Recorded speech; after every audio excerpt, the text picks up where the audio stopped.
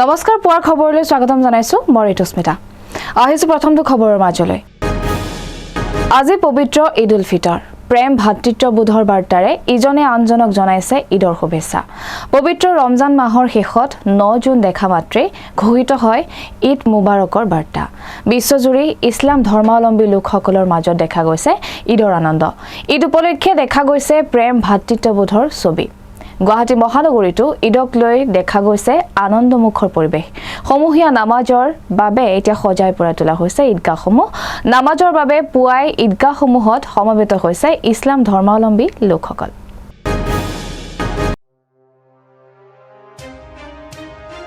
আজি পবিত্ৰ ঈদ উল ফিতৰ প্ৰেম ভাতৃত্ববোধৰ বাৰ্তাৰে এজনে আনজনক জনাইছে ঈদৰ শুভেচ্ছা পবিত্ৰ ৰমজান মাহৰ শেষত 9 জুন দেখা মাত্ৰেই ঘোষিত হৈ ঈদ মুবাৰকৰ বাৰ্তা বিশ্বজুৰি ইছলাম ধৰ্মাৱলম্বী লোকসকলৰ মাজত দেখা গৈছে ঈদৰ আনন্দ ঈদ উপলক্ষে দেখা গৈছে প্ৰেম ভাতৃত্ববোধৰ ছবি গুৱাহাটী মহানগৰীতো ঈদক লৈ দেখা গৈছে আনন্দমুখৰ পৰিৱেশ সমূহীয়া নামাজৰ বাবে সজাই পৰাই তোলা হৈছে ঈদগাহসমূহ নামাজৰ বাবে পুৱাই ঈদগাহসমূহত সমবেত হৈছে ইছলাম ধৰ্মাৱলম্বী লোকসকল আৰু আজি যেহেতু ইছলাম ধৰ্মাৱলম্বী লোকসকলৰ পবিত্ৰ ঈদ উল ফিতৰ আজান পীৰ সাহেবৰ জিকিৰে মুখৰিত হৈছে চৌপাহ চিপাঝাৰৰ ঐতিহাসিক পথৰু ঘাটত পথৰু সমন্বয় গোষ্ঠী পথৰু ঘাটৰ উদ্যোগত জিকিৰৰ অনুষ্ঠান চাওহক চিপাঝাৰৰ পৰা আছালামুদ্দিন আহমেদৰ এক প্ৰতিবেদন পবিত্ৰ ঈদ উল ফিতৰ ইছলাম ধৰ্মাৱলম্বী লোকসকলে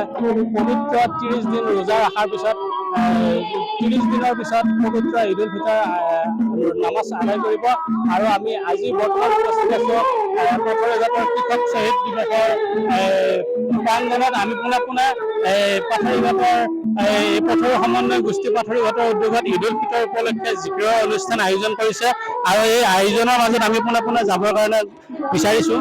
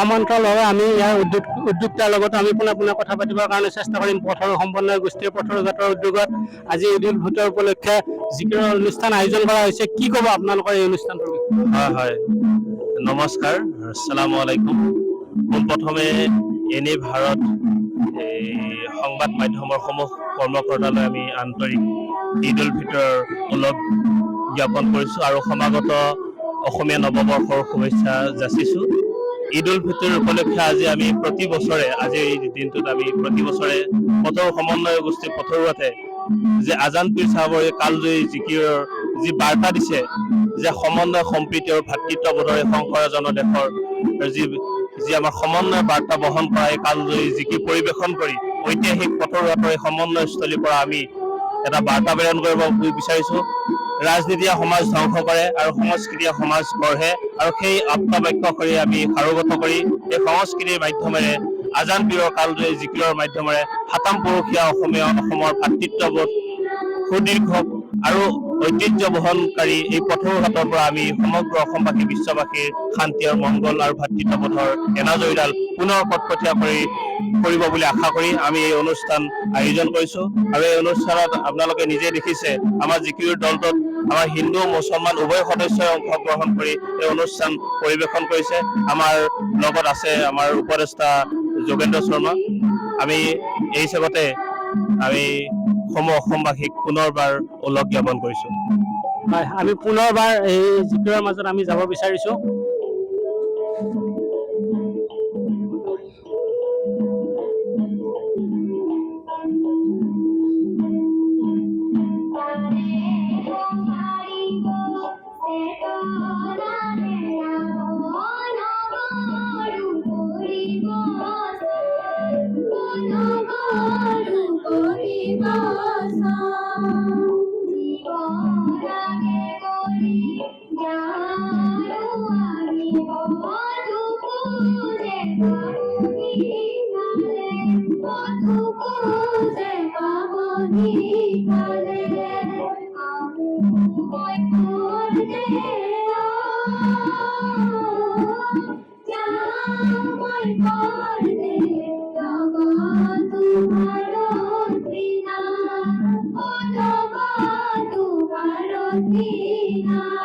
আৰু এগৰাকী উদ্যোক্তা আছে, আমি তেওঁৰ লগতো আমি পুনৰ কথা পাতিবৰ কাৰণে চেষ্টা কৰিম। কি ক'ব দাদা?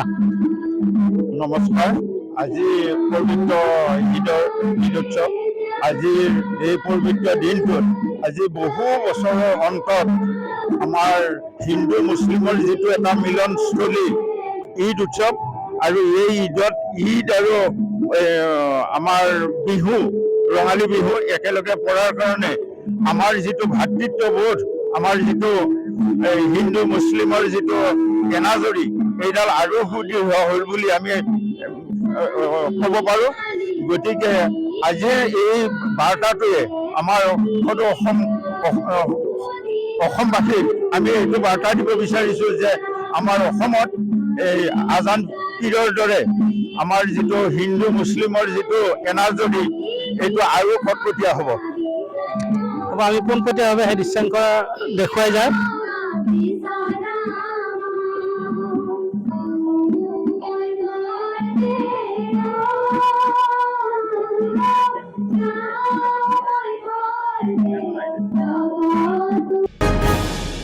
পবিত্ৰ ঈদৰ প্ৰাক্ষণত দুই ফৈদৰ মাজত নিশা লাঘৰিঘাটৰ ধূপগুৰি বজাৰত সংঘটিত হৈছে প্ৰচণ্ড মাৰপিটৰ ঘটনা। দুই ফৈদৰ মাজত হোৱা মাৰপিট গুৰুতৰভাৱে আঘাতপ্ৰাপ্ত হৈছে মুছাৰফ হুছেইন নামৰ এজন লোক আৰু আঘাতপ্ৰাপ্ত লোকজনক নিশাই লাহৰিঘাট মহাত্মা গান্ধী আদৰ্শ চিকিৎসালয়লৈ প্ৰেৰণ কৰা হয় যদিও পৰৱৰ্তী সময়ত উন্নত চিকিৎসাৰ বাবে মৰিগাঁৱলৈ প্ৰেৰণ কৰা হৈছে। পবিত্ৰ ঈদৰ প্ৰাক্ষণত নিশা লাহৰিঘাটত প্ৰচণ্ড মাৰপিট। নিশা লাহৰিঘাটৰ ধূপগুৰি বজাৰত সংঘটিত হয় এই প্ৰচণ্ড মাৰপিটৰ ঘটনা। দুই ফৈদৰ মাজত সংঘটিত হয় মাৰপিট। অভিযোগ অনুসৰি ভূঞাবাৰী গাঁৱৰ ইমদাদুল হক আৰু ৰেকিবুল হকে একে গাঁৱৰে ইমাম হুছেইন, মুছাৰফ হুছেইনৰ লগতে আন এজনক ৰডেৰে প্ৰহাৰ কৰে। ফলত গুৰুতৰভাৱে আঘাতপ্ৰাপ্ত হয় মুছাৰফ হুছেইন। আঘাতপ্ৰাপ্ত লোকজনক নিশাই লাহৰিঘাট মহাত্মা গান্ধী আদৰ্শ চিকিৎসালয়লৈ নিয়ে যদিও পৰৱৰ্তী সময়ত উন্নত চিকিৎসাৰ বাবে মৰিগাঁৱলৈ প্ৰেৰণ কৰে। আমি লাহৰিঘাট আহিছিলোঁ, অহাৰ পিছত এটা এফআইআৰ দি থৈ গৈছোঁ। যোৱাৰ পিছত ইমতাজুলে 1 ঘণ্টা আগত এফআইআৰটো দিছোঁ। দিয়াৰ পিছত আমি যেতিয়া চাৰিআলি গৈছোঁ, ইমতাজুলে শ্বৰিফুল ইছলামে ইহঁতক মাতি নি এই দুটা হেৰি দিছে। দিয়াৰ পিছত ইমতাজুলে আৰু ৰাখিবলৈ আহি এইকেইটা দিয়ে দেউতাক মাৰিছে, ডাঙৰ দাদাক মাৰিছে, মোকো মাৰিছে। দাদা বহুত আহত হৈছে। দেউতা মোহাম্মদ ইমান হুছেইন, দাদা মোহাম্মদ মুছাৰফ হুছেইন আৰু মই নিজেই। এইটো মাইনুল কেৰাণীৰ ল'ৰা ইমতাজুল হক আৰু ৰাকিবুল হক। এইকেইটা ৰড আনি আমাক ডাইৰেক্ট মানে কোবাইছে। আমাৰ আগৰ পৰা কাজিয়া নাছিলে, সিহঁতে মানে চাইবাৰ কৰে যে, সেইটো কাৰণে আমি কৈছিলোঁ যে আমাৰ মানে চাইবাৰ কৰে, সিহঁতে চাইবাৰ কৰি মানে গাত মানে বহুত বল আহি গ'ল। অহাৰ পিছত মানে আমাৰ পুলিচ আহিলে ধৰি আমাৰ ঘৰৰ পিছফালে যায়, পিছফালৰ পৰা অহাৰ পিছত মানে আমি এফআইআৰটো দিছোঁ। এতিয়া আকৌ থানাত গৈ আছোঁ, বয়াবাৰী পথাৰ।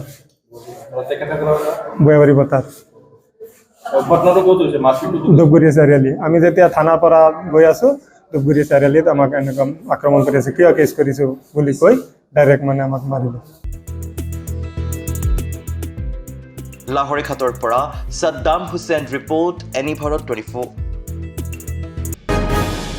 পুনৰ মহানগৰীত চাঞ্চল্যকৰ ঘটনা সংঘটিত হৈছে। চোকা অস্ত্ৰৰে আক্ৰমণ কৰি ৰাজপথত পেলাই থৈ গ'ল যুৱতীক। বুধবাৰে নিশাৰ ভাগত মহানগৰীৰ গান্ধী বস্তিত সংঘটিত হৈছে এই ঘটনা। ইব্ৰাহিম নামৰ যুৱকজনৰ বিৰুদ্ধে উত্থাপন হৈছে হত্যাৰ চেষ্টা কৰাৰ অভিযোগ। অৱশ্যে কি কাৰণত এই ঘটনা সংঘটিত কৰিলে এতিয়াও স্পষ্ট হোৱা নাই। ঘটনাৰ পাছতে এতিয়া GMCHত ভৰ্তি কৰা হৈছে যুৱতীগৰাকীক আৰু বৰ্তমান চিকিৎসাধীন অৱস্থাত আছে আঘাতপ্ৰাপ্ত যুৱতীগৰাকী। আনহাতে ঘটনাস্থলীত চানমাৰী আৰক্ষী উপস্থিত হৈ তদন্ত আৰম্ভ কৰিছে। এই মুহূৰ্তত লৈ আহিছোঁ এটা চাঞ্চল্যকৰ খবৰ। পুনৰ মহানগৰীত সংঘটিত হৈছে এটা চাঞ্চল্যকৰ ঘটনা। চোকা অস্ত্ৰৰে আক্ৰমণ কৰি ৰাজপথত পেলাই থৈ গ'ল যুৱতীক। আৰু বুধবাৰে নিশাৰ ভাগত মহানগৰীৰ গান্ধী বস্তিত সংঘটিত হৈছে ভয়ংকৰ ঘটনাটো। ইব্ৰাহিম নামৰ এজন যুৱকৰ বিৰুদ্ধে উত্থাপন হৈছে হত্যাৰ চেষ্টা চলোৱা অভিযোগ। আৰু অৱশ্যে কি কাৰণত এই ঘটনা সংঘটিত কৰিলে সেয়া এতিয়াও স্পষ্ট হোৱা নাই। আৰু ঘটনাৰ পাছতেই GMCHত ভৰ্তি কৰোৱা হৈছে আঘাতপ্ৰাপ্ত যুৱতীগৰাকী। আৰু বৰ্তমান চিকিৎসাধীন অৱস্থাতে আছে যুৱতীগৰাকী। আনহাতে ঘটনাস্থলীত চানমাৰী বকুৰ পিটিপুৰ আহতগুৰিত ভয়ংকৰ অগ্নিকাণ্ডৰ ঘটনা সংঘটিত হৈছে। অগ্নিকাণ্ডত ভস্মীভূত হৈছে শ্বাহজাহান আলী নামৰ এজন লোকৰ বাসগৃহ। নিশা প্ৰায় 11 মান বজাত সংঘটিত হৈছে অগ্নিকাণ্ডৰ ঘটনা। অগ্নিকাণ্ডৰ ফলত শ্বাহজাহান আলীৰ ঘৰৰ সা সম্পত্তিৰ লগতে ভস্মীভূত হৈছে এখন বেটেৰী ৰিক্সা। আৰু এতিয়ালৈ অগ্নিকাণ্ডত সংঘটিত হোৱাৰ কাৰণ জানিব পৰা হোৱা নাই। বকুৰ পিটিপুৰ আহতগুৰিত ভয়ংকৰ অগ্নিকাণ্ডত ভস্মীভূত হয় শ্বাহজাহান আলী নামৰ এজন লোকৰ বাসগৃহ। নিশা প্ৰায় 11 মান বজাত সংঘটিত হয় এই ভয়ংকৰ অগ্নিকাণ্ডৰ ফলত শ্বাহজাহান আলীৰ ঘৰৰ সা সম্পত্তিৰ লগতে ভস্মীভূত হয় এখন বেটাৰী ৰিক্সা। পিছে এতিয়ালৈকে অগ্নিকাণ্ডত সংঘটিত হোৱাৰ কাৰণ জানিব পৰা। আৰু এইখিনিতে সময় হৈছে ক্ষন্তেক বাণিজ্যিক বিৰতি। Join BSc Nursing and GNM at St. Martha Institute of Nursing, Guwahati under SM Group of Institutions. বিৰতিৰ পিছত পুনৰ উভতি আহিছো বাতৰি মাজলৈ। পদূলি মুখত হেঁপাহৰ ৰঙালী, ঢোল পেঁপা গগনাৰ মাতে ৰজন জনাই আছে নাৰায়ণপুৰৰ এখন বিশেষ গাঁও। কুলি কেতেকীৰ সুমধুৰ কণ্ঠই অসমীয়াৰ প্ৰাণৰ উৎসৱ বহাগ বিহুৰ বাতৰি দিয়াৰ লগতে নাৰায়ণপুৰৰ এখন বিশেষ গাঁৱত এচাম নৱ প্ৰজন্মৰ যুৱক যুৱতী ব্যস্ত হৈ পৰা দেখা গ'ল ঢুলীয়া ওজাৰ শিক্ষা গ্ৰহণত। চাওক আমাৰ এক প্ৰতিবেদন। পদূলিৰ মুখত হেঁপাহৰ ৰঙালী, ঢোল পেঁপা গগনাৰ মাতে ৰজন জনাইছে নাৰায়ণপুৰৰ এখন বিশেষ গাঁও। কুলি কেতেকীৰ সুমধুৰ কণ্ঠই অসমীয়াৰ প্ৰাণৰ উৎসৱ বহাগ বিহুৰ বাতৰি দিয়াৰ লগতে নাৰায়ণপুৰৰ এখন বিশেষ গাঁৱত এচাম নৱপ্ৰজন্ম যুৱক যুৱতী ব্যস্ত হৈ পৰা দেখা গ'ল ঢুলীয়া ওজাৰ শিক্ষা গ্ৰহণত। নাৰায়ণপুৰৰ জৰাবাৰীৰ ৰঞ্জিত ওজাৰ একক প্ৰচেষ্টাত অঞ্চলটোৰ শতাধিক যুৱক যুৱতীয়ে প্ৰতি বছৰে শিকি আহিছে ঢোলৰ ওজা। ঢোলৰ শব্দই যেন ৰজন জনাই আছে গাঁওখনৰ হৰি মন্দিৰৰ প্ৰাংগণ। ঢোলৰ শব্দই ছন্দই টোপনি সৰিছে জৰাবাৰী গাঁৱৰ জীয়ৰী বোৱাৰীৰ। ৰঞ্জিত ওজাৰ এনে প্ৰচেষ্টাৰ সকলোৱে শলাগ লৈছে। বিহুৰ আগন্তক শুভেচ্ছা জনালোঁ। আমাৰ গুৰু শ্ৰী ৰঞ্জিত ওজাৰ শ্ৰীচৰণত আমি বহুত সেৱা কৰিছোঁ আৰু আমি আগুৱাই যাবৰ কাৰণে বহুতো চেষ্টা কৰিছোঁ। আমি ইয়াত ঢোল শিকিয়ে বহুতো জেগালৈ গৈছোঁ, অসমৰ বাহিৰলৈকো গৈছোঁ। আৰু মই আছাম টাইপতো ঢোল বজাইছিলোঁ, বোকাৰ পদুমৰ শিল্পী। কিমান দিনৰ পৰা ৰঞ্জিত ওজাৰ ওচৰত তোমালোকে শিক্ষা গ্ৰহণ কৰি? মোৰ শিকাৰ প্ৰায় 3 বছৰ মানেই হৈছে আৰু। এতিয়া কিমানমান ছাত্ৰ ছাত্ৰীয়ে শিক্ষা গ্ৰহণ কৰি? এতিয়া 200 মান ছাত্ৰ ছাত্ৰীসকলে শিকি আছে ইয়াতে। এতিয়া শিকি আছে ন? হয়। এইবাৰ বিহুটো কেনেকৈ পালন কৰিবা? বিহুটো বহুত ভালদৰে যাতে আমি পালন কৰিব পাৰোঁ তাকেই চেষ্টা কৰিম আৰু। আমাক প্ৰায় এবছৰমান ধৰিয়ে আমাক ঢোলৰ শিক্ষা দি আহিছে। আমাৰ বহুতো ভাল লাগিছে। আমাৰ লেখীয়াকৈ যে সকলো ছাত্ৰ ছাত্ৰী আগবাঢ়ি আহে ঢোলৰ শিক্ষা ল'বলৈ, তাই কামনা কৰিছোঁ। ধন্যবাদ। আৰু যোৱা বছৰৰ পৰাই আমি শিকি আছোঁ। যিমানখিনি পাৰোঁ আমি চেষ্টা কৰিছোঁ, কিন্তু ছাৰে আমাক বহুতো যত্ন কৰিছে শিকাবলৈ ভালকৈ সকলোখিনি। মানে প্ৰথমৰ পৰা কেনেকৈ হাত বোলাব লাগে সকলোবোৰ বহুত ধুনীয়াকৈ শিকাই আছে। আমাক শিকিও খুব ভাল লাগিছে। কেতিয়াৰ পৰা শিকি আছে? আমি যোৱা বছৰৰ পৰাই শিকি আছোঁ। যোৱা বছৰৰ পৰা কেনেকুৱা ধৰণৰ শিক্ষা গ্ৰহণ কৰিছে? এনে ক'ৰবাত বজাইছা নেকি ইয়াৰ বাদেও? নাই, তেনেকৈ বজোৱা হোৱা নাই, ইয়াতেই শিকি আছোঁ। এনেই ঢোল শিক্ষা গ্ৰহণ কৰি কেনেকুৱা অনুভৱ কৰিছা কোৱাচোন? গোটেইখিনি ভাল লাগিছে বহুত। ডিব্ৰুগড় লোকসভা সমষ্টিৰ বিৰোধী মিত্ৰ জোঁটৰ প্ৰাৰ্থী লুৰিণজ্যোতি গগৈয়ে ডুমডুমাৰ কৰদৈগুৰিত নিৰ্বাচনী প্ৰচাৰ অভিযান। কৰদৈগুৰি উচ্চ মাধ্যমিক বিদ্যালয়ৰ খেলপথাৰত অনুষ্ঠিত সভাত উপস্থিত হৈ লুৰিণজ্যোতিয়ে বিজেপি দল আৰু সৰ্বানন্দ সোণোৱালৰ বিৰুদ্ধে নিক্ষেপ কৰে তীব্ৰ বাক্যবাণ। কা আইন, মূল্যবৃদ্ধি আদিৰ বিষয়ত বিজেপি দলক তীব্ৰ সমালোচনা কৰাৰ লগতে বিজেপিৰ পৰাজয়ৰ ভয়ত নিৰ্বাচনী আচৰণবিধি উলংঘা কৰি অৰুণোদয় আঁচনিৰ ফৰ্ম বিতৰণৰ যোগেদি জনসাধাৰণক প্ৰলোভিত কৰাৰ চেষ্টা কৰা বুলিও গুৰুতৰ অভিযোগ উত্থাপিত কৰিছে। বিজেপিয়ে পৰাজয়ৰ ভয়ত কম্পমান। বিজেপিয়ে কোড অফ কণ্ডাক্ট ভংগ কৰিছে। জীয়াই থকালৈকে মই থলগিৰিৰ হকে যুঁজিম। ডুমডুমাৰ কৰদৈগুৰিত লুৰিণজ্যোতি গগৈৰ নিৰ্বাচনী সভা। ডিব্ৰুগড় লোকসভা সমষ্টিৰ ইণ্ডিয়া মিত্ৰজোঁটৰ প্ৰাৰ্থী লুৰিণজ্যোতি গগৈয়ে ডুমডুমাৰ কৰদৈগুৰিত অনুষ্ঠিত নিৰ্বাচনী সভাতো অংশগ্ৰহণ কৰে। কৰদৈগুৰি উচ্চ মাধ্যমিক বিদ্যালয় খেলপথাৰত অনুষ্ঠিত সভাত উপস্থিত হৈ লুৰিণজ্যোতিয়ে বিজেপি দল আৰু সৰ্বানন্দ সোণোৱালৰ বিৰুদ্ধে তীব্ৰ বাক্যবাণ নিক্ষেপ কৰা দেখা গ'ল। ইয়াৰ পূৰ্বে গাঁওবাসীয়ে যুৱনেতাগৰাকীয়ে গায়ন বায়নেৰে বিপুল আদৰণি জনায়। কা আইন, মূল্যবৃদ্ধি আদি বিষয়ত বিজেপি দলক তীব্ৰ সমালোচনা কৰাৰ লগতে বিজেপিয়ে পৰাজয়ৰ ভয়ত নিৰ্বাচনী আচৰণবিধি উলংঘা কৰি অৰুণোদয় আঁচনিৰ ফৰ্ম বিতৰণৰ যোগেদি জনসাধাৰণক প্ৰলোভিত কৰাৰ চেষ্টা কৰা বুলিও গুৰুতৰ অভিযোগ উত্থাপন কৰে লুৰিণজ্যোতি গগৈয়ে। সভাত কংগ্ৰেছ নেতা দেৱব্ৰত শইকীয়া, পৱন সিং ঘাটোৱাৰ, ৰাজু চাহু আদি উপস্থিত থাকি ভাষণ প্ৰদান কৰে।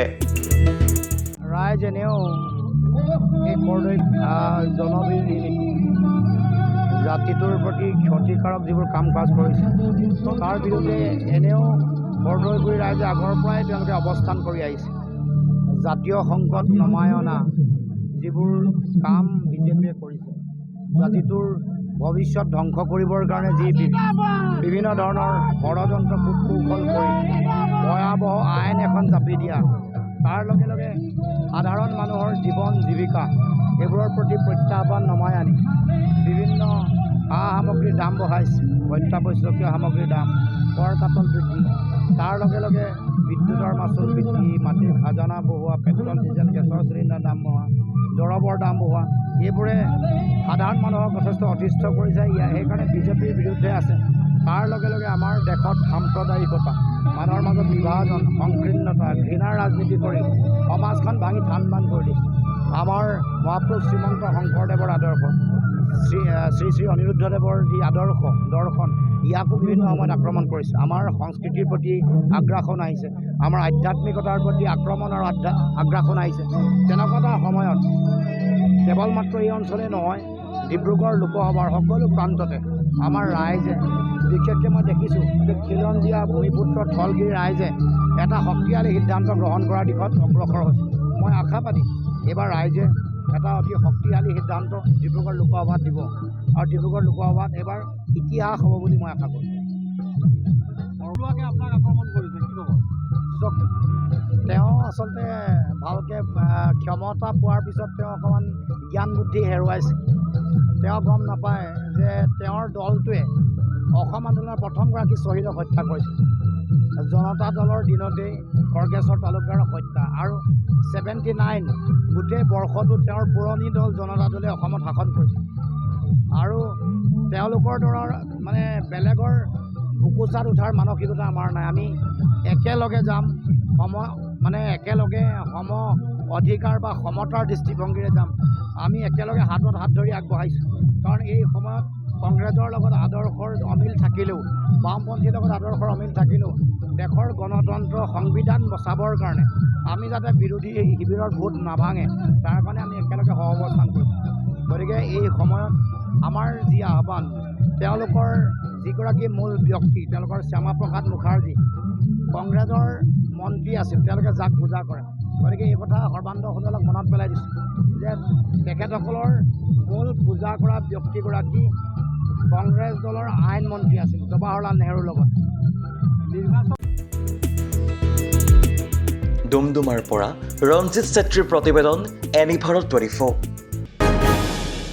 ৰাজ্যৰ প্ৰান্তে প্ৰান্তে এতিয়া বিহুৰ ব্যাপক প্ৰস্তুতি। ৰঙালী গাদৰাৰ অন্তহীন উৎসাহ ডেকা গাভৰু জীয়ৰী বোৱাৰী সকলোৰে। টিংখাং সমষ্টিৰ নাহৰ পৰা বৰবিল গাঁৱত দিন ৰাতি একাকাৰ কৰি বিহুৰ আখৰা কৰিছে নাহৰ পৰা বৰবিল ৰংমন বিহু দলে। আৰু বিগত বছৰৰ দৰে এইবাৰো বিহুৰ বাবে সাজু হৈছে গাঁওখনৰ যুৱক যুৱতীসকল। সৰ্বপ্ৰথমে আপোনালোকৰ চেনেলৰ যোগেদি সমূহ অসমবাসী ৰাইজক লগতে আপোনালোকলৈ ৰঙালী বিহুৰ ওলগ যাচিলোঁ। আমাৰ এই বিহুজোৰা প্ৰায় 25 দিন ৰিহাৰ্চল চলি আছে আৰু প্ৰায় আমি 1 বজালৈকে নিশা বা 12 বজালৈকে প্ৰেক্টিছ কৰোঁ, 7 বজাৰ পৰা। আমাৰ হুঁচৰি দলৰ নাম হৈছে নাহৰ পৰা বৰবিল ৰংমন যুৱ হুঁচৰি দল। আমাৰ পৰিৱেশন আছে ধেমাজি আছে, ডিব্ৰুগড়, নামৰূপ, ৰাজগড়, টিংখাং, মৰাণ। মঞ্চ কৰা হ'ব, প্লাছ আপোনাৰ এক্সিবিশ্যন কৰা হ'ব। ইয়াত বাৰেৰহণীয়া নৃত্য দেখা পাব। আমাৰ হুঁচৰি মানে আপোনাৰ একেবাৰে আপোনাৰ ক'বলৈ গ'লে 2004 চনৰ পৰা আমাৰ হুঁচৰি যোৱা আৰম্ভ হৈছিলে প্ৰথম। তাৰ পৰা প্ৰচেষ্টাৰ মাজতে 2 বছৰ মানে গ্ৰেফ দিয়া হ'ল বিশেষ অসুবিধাৰ কাৰণে। 2012 চনৰ পৰা কণ্টিনিউ আমাৰ ৰংমন হুঁচৰি দলটি।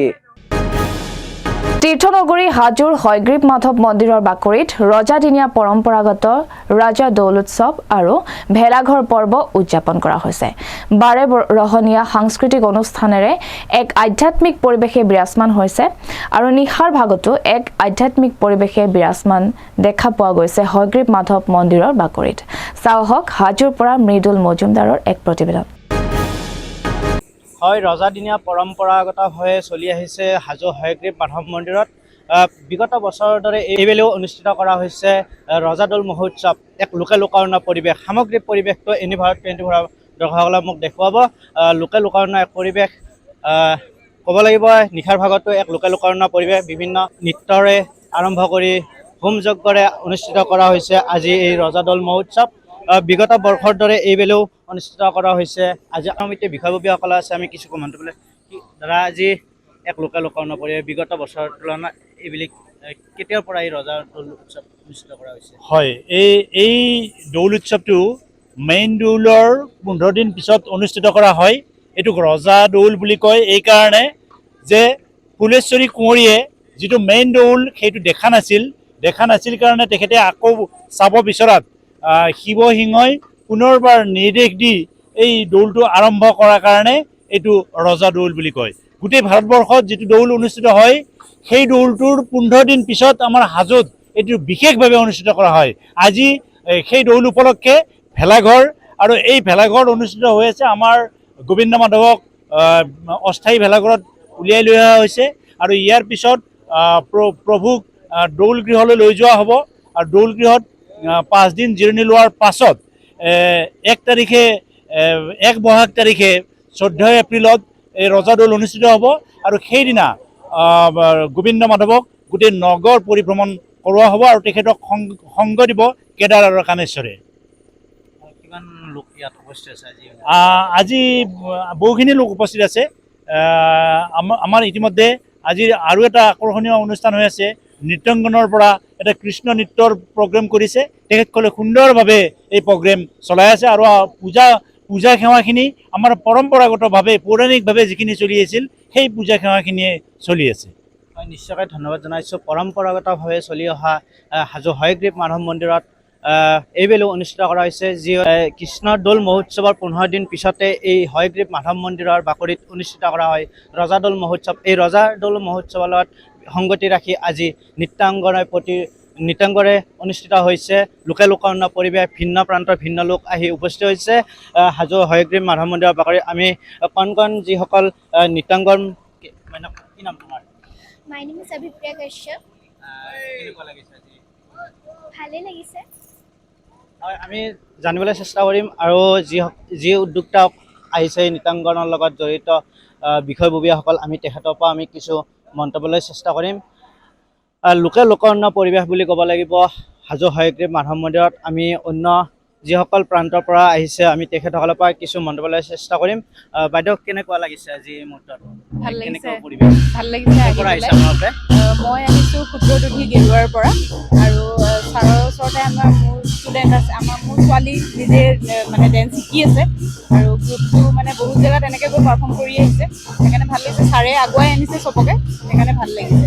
হয়, লোকে লোকাৰণ্য পৰিৱেশ যিগৰাকী নৃত্যাংগ পৰিচালনাৰ বিষয়ববীয়া আজি এই স্থানত উপস্থিত হৈছে, আমি তেখেতলৈ পোনপ্ৰথমে আপোনাক স্বাগতম জনাইছোঁ আজি এই মুহূৰ্তত। কি ক'ব আজি? ভাষা নাই। যেতিয়া কন্যাক এক্সটেচি বুলি কয়, পৰমানন্দ বুলি কয়, ধৰ্মৰ কোনো পৰিধি নাই। গতিকে ইমান পৰিৱেশ আমাৰ মনগীত হয় আমাৰ, গতিকে আজি আৰু প্ৰচাৰ হ'ব লাগে। ধৰ্মৰ আগত চব শক্তি ফেইল হয় ন। গতিকে আই থিংক আজি আমাক নিমন্ত্ৰণ দিছে। আমাৰ ৰজা অষ্টমী আছিল, আকৌ এটা দৌল অষ্টমী আছিল। সৰুৰ পৰা ডাঙৰ যে গমেই নাপাওঁ, গোটেই বিশ্ব ঘূৰিলোঁ। ইয়াতে এটা পৰিৱেশ আছে। গতিকে থেংক ইউ ছ' মাছ। আপোনাৰ ডিউটি প্ৰচাৰ কৰক যাতে আৰু টুৰিষ্ট আহে ইয়াতে, আমাৰ হাজো অঞ্চল আৰু ভালে মন্দিৰ আৰু মানে প্ৰচাৰ হওক। আৰু এই ইমান পবিত্ৰতা মানে মহোৎসৱ নহয়, it's like beyond word. I think thank you so' much everyone. আপোনাৰ দায়িত্ব নিশ্চয় ধন্যবাদ জনাইছোঁ। এইগৰাকী আছিলে যি নৃত্যাংগ পৰিচালনাৰ বিষয়ববীয়া আছিলে। আমি জানিবলৈ চেষ্টা কৰিম মন্দিৰৰ দলৈগৰাকী উপস্থিত আছে, আমি দলৰ পৰা আমি কিছু মন্তব্যলৈ চেষ্টা কৰিম। কি ক'ব আজি এই মুহূৰ্তত এক আধ্যাত্মিক পৰিৱেশে বিৰাজ কৰিছে?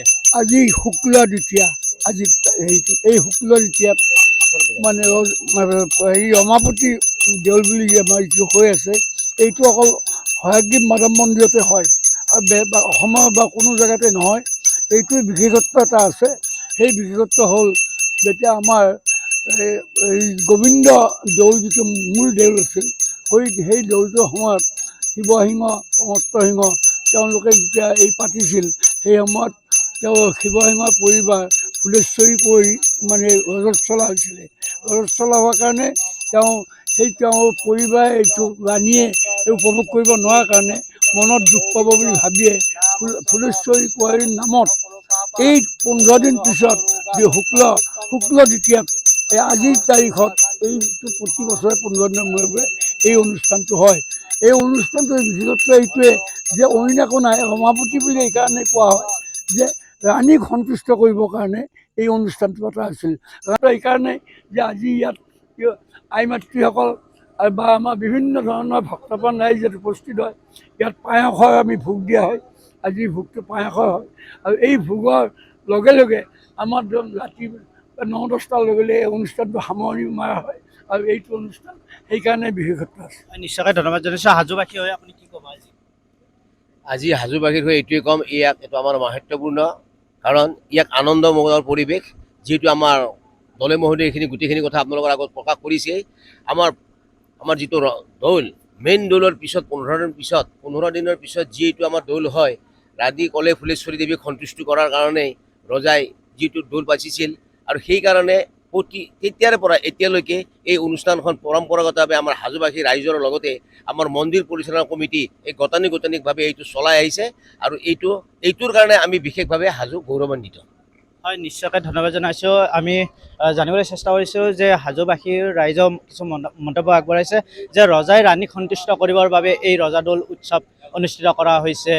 বিগত বৰ্ষৰ দৰে এইবেলিও অনুষ্ঠিত কৰিছে। বছৰ ধৰি তেওঁলোকে হাজো হয়গ্ৰীৱ মাধৱ মন্দিৰত উদযাপন কৰি আহিছে এই ৰজাদৌল মহোৎসৱ। এয়া নিশাৰ ভাগৰ দৃশ্য। ভাৰত 24ৰ দৰ্শকসকলক দেখুৱাৰ বাবে আমি এই লোকসভা নিৰ্বাচনক লক্ষ্য কৰি চুবুৰীয়া 3খন ৰাজ্যৰ সীমান্তৱৰ্তী 3 জিলাৰ আৰক্ষী অধীক্ষকৰ উপস্থিতিত অনুষ্ঠিত জৰুৰী বৈঠক কৰিমগঞ্জত আৰু অসম, মিজোৰাম আৰু ত্ৰিপুৰাৰ 3খন চুবুৰীয়া জিলা আৰক্ষী অধীক্ষকৰ উপস্থিতিত এখন গুৰুত্বপূৰ্ণ বৈঠক অনুষ্ঠিত হয় কৰিমগঞ্জ আৰক্ষী অধীক্ষক কাৰ্যালয়ত। আৰু উক্ত বৈঠকত 3 ৰাজ্যৰ সীমান্তসমূহৰ কাষে কাষে থকা নাকা চেকিং পোষ্ট কঠোৰভাৱে বলবৎ কৰাৰ ব্যৱস্থা গ্ৰহণ কৰাৰ সিদ্ধান্তৰ লগতে বহু গুৰুত্বপূৰ্ণ আলোচনা কৰা হয়।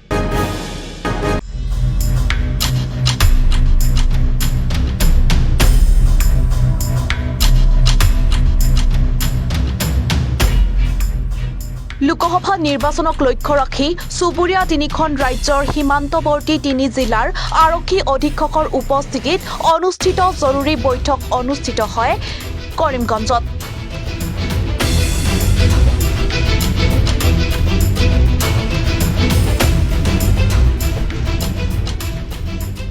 অসম, মিজোৰাম আৰু ত্ৰিপুৰাৰ 3খন চুবুৰীয়া জিলা আৰক্ষী অধীক্ষকৰ উপস্থিতিত এখন গুৰুত্বপূৰ্ণ বৈঠক অনুষ্ঠিত হয় কৰিমগঞ্জ আৰক্ষী অধীক্ষক কাৰ্যালয়ত।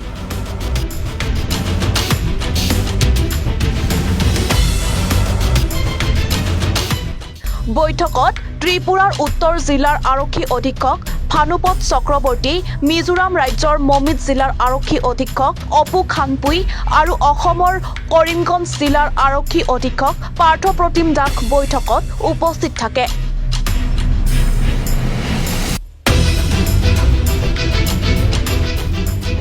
উক্ত বৈঠকত 3 ৰাজ্যৰ সীমান্তসমূহৰ কাষে কাষে থকা নাকা চেকিং পোষ্ট কঠোৰভাৱে বলবৎ কৰাৰ ব্যৱস্থা গ্ৰহণ কৰাৰ সিদ্ধান্তৰ লগতে বহু গুৰুত্বপূৰ্ণ আলোচনা হয়। কৰিমগঞ্জৰ পৰা কৰুণাদেৱৰ প্ৰতিবেদন, এনি ভাৰত 24।